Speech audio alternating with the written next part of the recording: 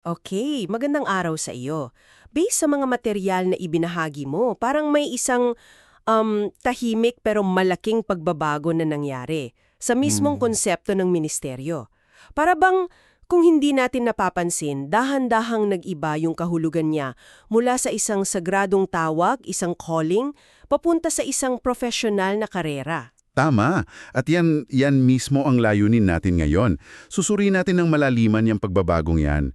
Gamit ang mga source mo, aalamin natin paano pa ito nangyari, ano yung mga epekto nito sa mga leader, sa simbahan, at higit sa lahat, ano yung mga mungkahe para maibalik sa tamang balanse ang lahat. Hindi ito para manira, kundi para maglinaw. Sige, unpack natin to. Kasi ang nakakagulat dito, based sa pagsusuri mo, hindi naman to isang desisyon na, alam mo yun, pinagbutuhan o formal na inanunsyo, walang memo na lumabas na, okay, simula ngayong career na ang ministeryo. Pero unti-unti, parang naging ito na yung pamantayan. Paano ba nagsimula to lahat? Nagsimula siya sa lingwahe. Unti-unti ang ministeryo ay natutong magsalita sa wika ng, sabihin na nating, mundo ng korporasyon. Biglang pumasok yung mga salitang resume, performance reviews, credentials at organizational charts. Yung dating pagkilala sa espiritual na bunga na ang hirap sukatin, di ba? Napalitan yon ng mga sukatan, ng mga metrics na andaling bilangin. Gets ko. Kaya para bang ang pagiging handa sa ministeryo, nasusukarat na sa galing sa eskwela, sa mga seminar na napuntahan, sa ganda ng resume. Imbes na sa isang bagay na mas malalim, yung pagiging isang taong hinubog ng karanasan, ng Diyos sa katahimikan. Eksakto. Pero mahalagang linawin to at binibigyang diin to sa mga material mo na hindi to nanggaling sa masamang intensyon. Nagsimula to dahil sa isang lehitimong pangangailangan. Kasi habang lumalaki at nagiging komplikado ang mga simbahan, natural lang na kailanganin ng istruktura, di ba? Ng maayos na training, ng accountability. Sino ba namang ayaw ng isang organisasyon na maayos ang takbo? Siyempre, walang may gusto ng magulo at walang direksyon ng ministeryo. At dyan pumasok yung problema. Hindi yung professionalismo mismo yung kalaban. Ang problema, professionalismo na walang matibay na teolohikal na pundasyon.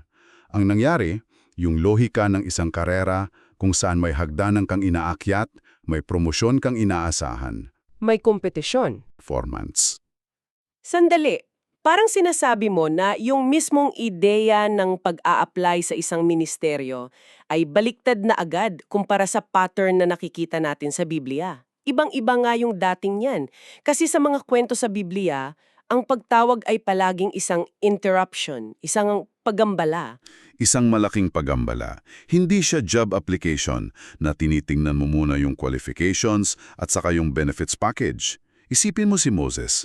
40 taon na siyang nag-aalaga ng tupa sa disyerto, marahil kontento na sa tahimik na buhay, tapos biglang may nagliliyab na puno na nagsasalita sa kanya. Walang interview? Walang interview, walang tanong na, Moses, ano ang iyong 5-year plan? Ang utos ay, pumunta ka sa paraon. Isang utos na humihingi ng pagsuko bago pa man mag-alok ng kumpletong paliwanag. O kaya si Amos, di ba? Malinaw na sinabi niya, hindi ako propeta, hindi rin ako anak ng propeta. Isa lang akong pastol. Wala sa plano niya, wala sa resume niya. Pero sinabi ng Diyos, go, prophesy. Ganon din sa mga disipulo, mga mangingisda, nasa kalagitnaan ng trabaho tapos biglang sinabihan, sumunod kayo sa akin, iniwan nila lahat. Yung pattern malinaw, ang pagtawag ay isang biglaang pag-agaw sa agenda mo. At ang pinakamahalagang punto dyan ay ito, yung pagtawag ng Diyos laging nauuna sa kahandaan ng tao. Hindi naghihintay yung Diyos na maging kwalifikado yung isang tao. Tinatawag niya sila sa isang proseso kung saan yung kakayahan nahuhubog sa pamamagitan ng pagsunod. Yung tanong ay hindi handa ka na ba, kundi susunod ka ba? Samantalang sa sistema ng karera, ang tanong ay, ano ang maiaalok mo? Eksakto. Sa sistema ng pagtawag, ang tanong ay, handa ka bang isuko ang lahat? At dito na siguro pumapasok yung isang malaking tensyon na binibigyang diin ang mga material mo, yung pagkakaiba ng function, kung ano ang ginagawa mo, at formation, kung sino ka bilang isang tao. Sinasabi rito na yung mga modernong sistema napakagaling sa paghubog ng mga mahuhusay na functionaries. Napakahusay. Nakakalikha tayo ng mga magagaling na tagapagsalita, mga strategic planners, mga mahuhusay na managers, at mga leader na, alam mo yun, malakas ang presensya sa entablado. Alam natin kung paano i-train yung mga tao para sa mga skills na yon. Pero ano ang kapalit? Ano yung hindi natin nagagawa ng maayos? Ang hindi raw gaanong epektibo ng mga sistemang ito ay sa paglinang ng espiritual na otoridad. Yung tipo ng otoridad na hindi nakukuha sa seminar, kundi naguugat sa mga bagay na hindi nakikita. Sa pagiging simple sa pagsunod na hinubog sa katahimikan at panalangin, at sa katatagan na nilikha sa pamamagitan ng kabiguan at pagsuko, hindi sa sunod-sunod na tagumpay. Ang resulta raw, ayon sa nabasa ko sa sources mo, ay mga leader na spiritually thin o payat sa espiritual. Ang ganda ng imahe na yan. Parang isang gusali na mabilis itinayo, napakaganda sa labas, pero yung pundasyon hindi pala sapat para sa bigat nito. Kaya sa unang malakas na lindol, guguho. Isang perpektong analohiya. Masyadong mabilis yung pag-angat sa posisyon at impluensya, pero kulang sa espiritual na pundasyon para kayanin yung bigat, yung kakayahan o competence na uunat sa karakter. At kapag nangyari yan, ang ministeryo nagiging isang performance, isang pag-arte, at walang sinuman ang kayang mag-arte ng habang buhay. May isang practical na tool na binanggit sa source material para suriin to. Isang ministry formation audit. Parang checklist. Sa isang column, ililista mo yung skills mo, husay sa pangangaral, galing sa administrasyon. Sa kabila naman, yung mga katangian ng karakter, pagdedepende sa espiritu, pagpapakumbaba, pasensya. Tapos tatanungin mo sarili mo, saan ako mas maraming namumuhu ng oras at lakas? Isang mabisang paraan yan para makita ko nasaan talaga yung focus. Kasi kung titignan natin sa mas malawak na konteksto, kapag yung function na yung nangingibabaw sa formation, nagiging hindi sustainable ang ministeryo. Nababurn out yung mga leader hindi lang dahil sa dami ng trabaho. Yung mas malalim na dahilan, yung ginagawa nila hindi na konektado sa pinagmumulan ng espiritual na lakas nila. Yung panalangin, nagiging paghahanda na lang para sa sermon. Yung Biblia, nagiging source book na lang para sa susunod na content. Nawawala yung relasyon. That's a powerful idea na ang burnout ay hindi lang pagod, kundi pagiging disconnected sa biyaya. At naisip ko tuloy, anong klasing sistema ang lumilikha ng ganyang disconnect? Siguro, nagsisimula to sa kung paano natin sinusukat ang tagumpay. Binanggit sa mga source mo na may 3 bagong sukatan, tama ba? Metrics, credentials, at visibility. Simulan natin sa metrics. Mga numero. Bilang ng dumadalo, laki ng donasyon, dami ng likes at shares sa social media. Ang nakakatuwa dito, ayon sa pagsusuri, hindi lang to basta datos. Yung mga numerang to nagiging isang moral language. Moral language. Anong ibig sabihin nun? Ibig sabihin, nagkakaroon sila ng moral na bigat. Hindi na lang sila numero. Sila na yung nagiging sukatan ng pagpapala ng Diyos. Yung bumababang bilang ng dumadalo, hindi na lang siya organizational challenge. Tinitingnan na siya bilang isang espiritual na kabiguan. Yung isang viral na sermon sa YouTube, tila isang malinaw na kumpirmasyon mula sa langit. So yung metrics ang nagiging batayan ng pagiging tapat o hindi? Yun nga. Pero teka, hindi ba't kailangan din natin ng paraan para masukat kung epektibo ba yung ginagawa natin? Paano malalaman ng isang leader kung umuusad sila kung walang numero? Di ba't irresponsable naman kung di natin babantayan yung mga bagay na to bilang mabuting katiwala?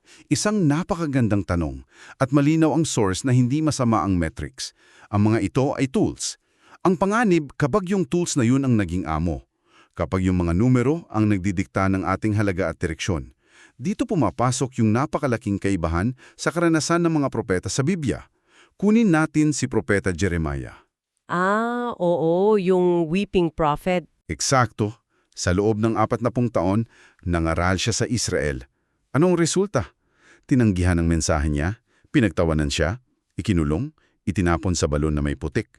Kung susukatin natin ang ministeryo niya gamit ang modernong metrics, conversion rate, audience engagement, positive feedback, isa siyang ganap na kabiguan. 0. Bagsak lahat. Bagsak lahat. Ngunit sa mata ng Diyos, siya ay nanatiling tapat. Pinapaalala nito sa atin na ang utos ay maging tapat, hindi maging matagumpay ayon sa sukatan ng mundo. Isang malakas na paalala. Okay, punta tayo sa pangalawa. Credentials. Mga degree, lisensya, mga sertifikasyon. Mahalaga naman to, di ba? Walang duda, ang pag-aaral at training mahalaga para sa kahusayan.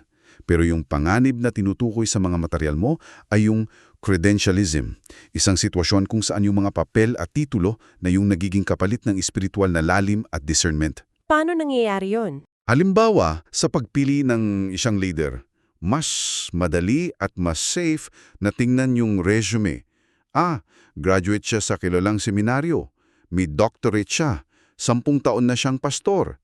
Tinitingnan natin yung kwalifikasyon sa papel, imbes na dumaan sa mas mahirap na proseso ng sama-samang pananalangin at pagkilala sa bunga ng Espiritu sa buhay ng isang tao. Yung resume, nagiging proxy na siya para sa pagkilala sa kalooban ng Diyos. Para bang mas nagtitiwala na tayo sa sistema ng edukasyon kaysa sa kakayahan ng isang komunidad na kilalanin yung tawag ng Diyos sa isang tao. At yung pang-umuli, visibility o pagiging kilala. Ito raw ay isang double-edged sword. Palaga? Sa isang banda, ang visibility nagbibigay ng plataporma at impluensya, di ba? Para maipalaganap yung mensahe. Pero sa kabilang banda, lumilikha ito ng matinding pressure na laging mag-perform, laging magpakita ng magandang imahe, laging maging on. Ang pagkatao ng isang leader, maaaring maging nakasalalay na sa pagkilala at papuri ng iba. Yung sense of worth niya, nakatali na sa dami ng followers. Sa atensyon na nakukuha niya, nagiging isang performance art yung buhay. Grabe! At dito, yung halimbawa ni Jesus ay isang napakalakas na paalala. Sa kabila ng kanyang lumalaking kasikatan, paulit-ulit na sinasabi sa mga ebanghelyo na siya ay lumalayo sa maraming tao para manalangin ng mag-isa. Sa tuktok ng kanyang popularity, pinipili niya ang katahimikan at ugnayan sa Ama.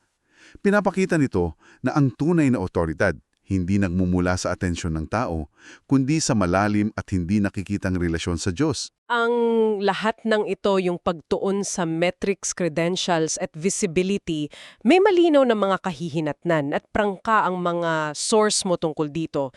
Isang malaking epekto na binabanggit ay yung identity collapse, pagguguho ng pagkatao.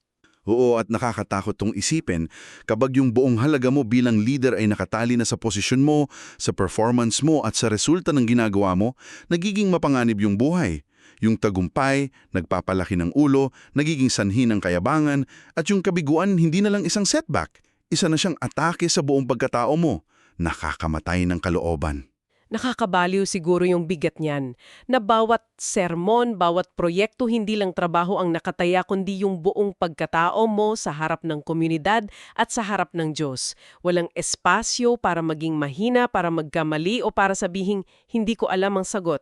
Tama. At ito yung maaaring humantong sa isang mas malalim na problemang theological na tinatawag sa source na functional atheism. Napakalakas na termino. Functional atheism. Anong ibig sabihin yan? Ito ay isang estado kung saan kinikilala mo yung Diyos sa teorya. Naniniwala ka sa Kanya, nananalangin ka sa Kanya, nangangaral ka tungkol sa Kanya. Pero, yung ministeryo mo sa araw-araw, umaandar na parang optional lang siya. Mas nakasalalay na ito sa galing ng diskarte, sa husay ng komunikasyon, sa lakas ng personalidad ng leader. Sa tamang execution ng plano. Yun. Bigyan mo ako ng isang konkretong halimbawa. Paano to nagpapakita sa isang typical na linggo sa simbahan? Isipin mo, isang staff meeting para sa isang malaking event sa simbahan. Ang usapan umiikot sa marketing strategy, sa logistics, sa budget, sa pag-delegate ng tasks. Lahat naman yan mahalaga. Pero kung ang buong pagpupulong ay matatapos ng walang nagtatanong ng, sandali, Ano kaya ang gustong gawin ng Espiritu Santo sa event na to? O naipanalangin ba natin to ng husto? Yun ay functional atheism. Yung operasyon, umaandar na parang nakatepende ang lahat sa galing ng tao. Ang kontrol, nagkukunwaling stewardship. Naniniwala ka sa Diyos, pero ang operasyon mo parang wala siya. Kung gayon, hindi na to usapin lang ng estilo ng pamumuno o organizational strategy. May malalim na theological na panganib dito. Yung paraan ng pagpapatakbo natin ng ministeryo, siya mismong humuhubog sa ating pananampalataya o sa kawalan nito. Yung mga sistema na dapat sana ay sumusuporta sa gawain ng Diyos, baka nagiging hadlang na pala sa tunay na pagdidepende sa Kanya. Exactly. At yung panganib, ang paglikha ng isang simbahan na napakahusay sa organisasyon pero mahina sa espiritual na kapangyarihan. Isang simbahan na nakadepende sa mga sikat na personalidad imbes na sa presensya ng Diyos. At sa mga estratehiya, imbes na sa espiritual na otoridad. Nagiging mabisa siya sa panlabas, pero sa loob, marupok. Okay, pagkatapos ng lahat ng masusing pagsusuring ito, malinaw na hindi naman sinasabi ng source na dapat nating itigil ang training o alisin lahat ng structure. Ang panawagan, isang recalibration, isang muling pag-aayos. Ang sabi sa source, ang profesionalismo raw dapat maging alipin, hindi amo. So, ano ang itsura niyan sa practical na paraan? Ang susi, ayon sa mga material mo, ay yung pagbabalik focus sa katapatan o faithfulness, imbes na sa mga nakikitang resulta. Ito yung pundasyon ng recalibration. Mula dyan, may ilang practical na hakbang. Sige, isa-isahin natin. Ano ang una? Una, i-reframe yung mga layunin na nakasentro sa pagsunod, hindi sa resulta. Halimbawa, sa halip na ang goal ay palakihin ang bilang ng small group ng 20% na outcome-based, gawin itong maging tapat sa pagkikipag-ugnayan at pag-aalaga sa bawat miyembro ng small group bawat linggo. Ang focus ay nasa proseso ng pagiging tapat at ipinapaubaya mo sa Diyos ang resultado. So pagbabago talaga ng mindset? Mas mahirap sukatin ang katapatan kaysa sa paglago ng 20%, pero mas totoo at mas nakaugat sa utos ng Diyos. Binabago nito yung mismong sukatan ng tagumpay. Ano ang pangalawa? Pangalawa, bitawan ng pressure na mag-perform.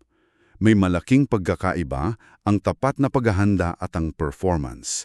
Yung paghahanda, nakasentro yan sa proseso. Pag-aaral ng salita, pananalangin, ginagawa mo yung bahagi mo ng may kahusayan. Ang performance sa kabilang banda, nakasentro sa resulta, sa reaksyon ng tao, sa pagiging perpekto ng presentasyon, sa papuri na matatanggap mo. Pero paano mo malalaman yung pagkakaiba niyan sa praktikal na paraan, lalo na kung nasa harap ka ng maraming tao? Ang linya sa pagitan ng dalawa ay parang napakanipis. Isang paraan para malaman ay tanungin ang sarili, para kanino ko to ginagawa? Kung ang sagot ay para mapahanga yung mga tao o para mapatunayan yung halaga mo, performance yan. Kung ang sagot ay dahil ito ang ipinapagawa sa akin ng Diyos at gusto ko siyang parangalan, iyan ay tapat na paghahanda. Yung pagbitaw sa performance pressure ay isang akto ng pagtitiwala na sapat na ang tapat na paghahanda mo at ang Diyos na ang bahala sa bunga. At ang pangatlo, na tila pinakamahalaga para labanan yung culture of visibility. Ito ay ang sadyain na magsagawa ng hidden faithfulness. Mga tapat na gawain na walang nakakakita, walang nakakaalam at walang nagbibigay ng papuri. Pwedeng paglalaan ng isang oras sa panalangin para sa mga miyembro na hindi nila alam. Pagtulong sa isang nangangailangan ng hindi pinopost sa social media. O paglilingkod sa mga gawaing hindi nakikita ng marami, tulad ng pag-ayos ng upuan o paglilinis. Mga gawaing hindi maipopost sa Instagram. Eksakto. Binibigyang diin sa source na ang mga gawaing ito ang tunay na nagpapatibay ng karakter. Kasi ginagawa mo to para sa mga mata ng Diyos lamang. Ito ang panlaban sa tukso ng visibility at sa pangangailangan laging makuha ng pagkikilala mula sa tao. Itong nagpapaalala sa atin kung para kanino talaga tayo naglilingkod. Malinaw na ang pagbabagong ito mula sa pagtawang patungo sa karera ay may tunay at malalim na epekto sa personal na buhay ng mga leaders at sa teolohiya ng simbahan. Ngunit ang maganda, at ito ang pag-asa na iniiwan ng mga material na ito, ay may landas para maibalik yung professionalismo sa ilalim ng isang tunay at kinilatis na pagtawag. Hindi ito tungkol sa pagiging anti-excellence, kundi sa pagiging pro-formation. At para sa iyo na nakikinig, ang huwing kaisipang iiwan namin mula sa mga material na ito ay ito.